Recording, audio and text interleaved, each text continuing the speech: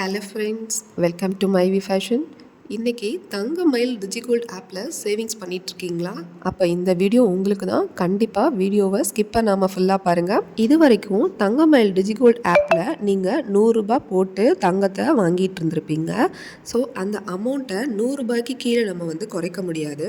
ஆனால் 100 ரூபாய்க்கு மேலே நீங்கள் ஒரு அமௌண்ட் போட்டு தங்கத்தை வாங்க போகிறீங்க அப்படின்னா இந்த வீடியோ உங்களுக்கு ரொம்ப ரொம்ப யூஸ்ஃபுல்லாக இருக்கும். ஏன்னா நான் தம்ப்நெயிலில் சொல்லியிருக்க மாதிரி குறைவான அமௌண்ட்டை போட்டு நம்ம அதிகமான அமௌண்ட் போட்டால் எவ்வளோ தங்கத்தை வாங்குவோமோ அதே அமௌண்ட் தங்கத்தை குறைவான அமௌண்ட்லேயே வாங்கலாம் அப்படிங்கிற விஷயத்தை தான் நான் இதில் சொல்லியிருக்கேன். நான் சொல்கிற விஷயம் உங்களுக்கு புரியும்னு நினைக்கிறேன். ஏன்னா நம்ம பணம் சம்பாதிக்கிறது தான் கஷ்டமே தவிர பணத்தை சேமிக்கிறது ரொம்ப ரொம்ப ஈஸி. இதை நான் நிறையா வீடியோவில் டிப்ஸாக சொல்லிக்கிட்டே தான் இருக்கேன். ஸோ தெரியாதவங்க பார்த்து தெரிஞ்சுக்கோங்க, தெரிஞ்சவங்க லைக் பண்ணிடுங்க.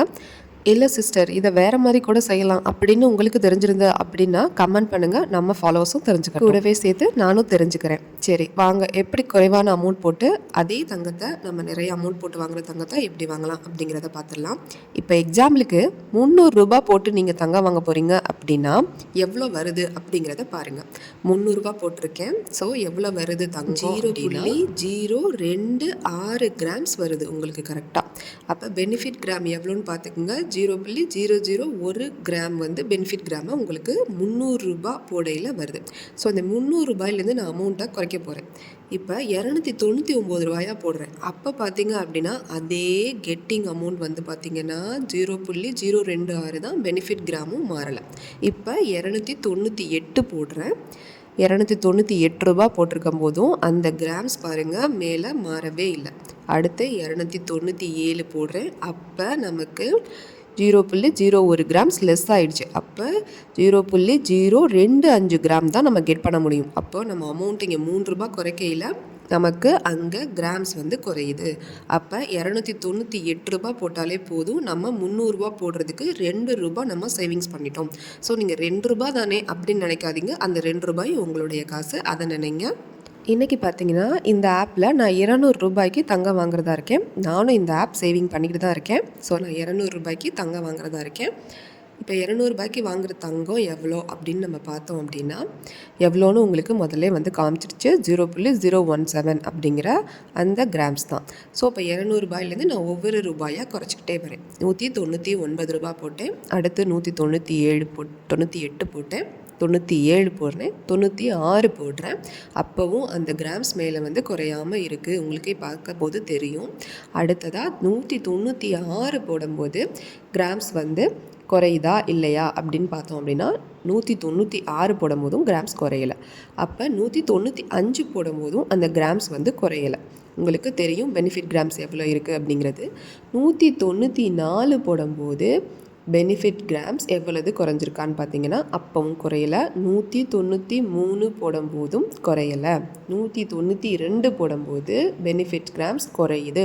அப்போ 0.016 192 போடும்போது குறையுது. அப்போ 192 ரூபாய்க்கு குறையுது அப்படின்னா நம்ம 193 ரூபாய்க்கு போட்டு அந்த 200 ரூபாய் போடும்போது நம்ம எவ்வளோ கிராம்ஸை பெற்றுக்கொள்வோமோ அதை 193 ரூபாயிலே நம்ம வாங்கிக்கலாம். இப்போ பார்த்தீங்கன்னா நான் சொல்ல வந்த விஷயம் என்னன்னு உங்களுக்கு தெளிவாக புரிஞ்சிருக்கும். 200 ரூபாய்க்கு நம்ம வாங்குகிற அதே கிராம்ஸ் தங்கம் 193 ரூபாய்க்கே நம்ம வாங்கிக்க முடியும். அப்போ நமக்கு 7 ரூபாய் சேவிங்ஸ். ஆனால் நம்ம வாங்குகிற தங்கம் 200 ரூபாய்க்கு வாங்குகிற அதே தங்கத்தை நம்ம வாங்கிட்டோம்.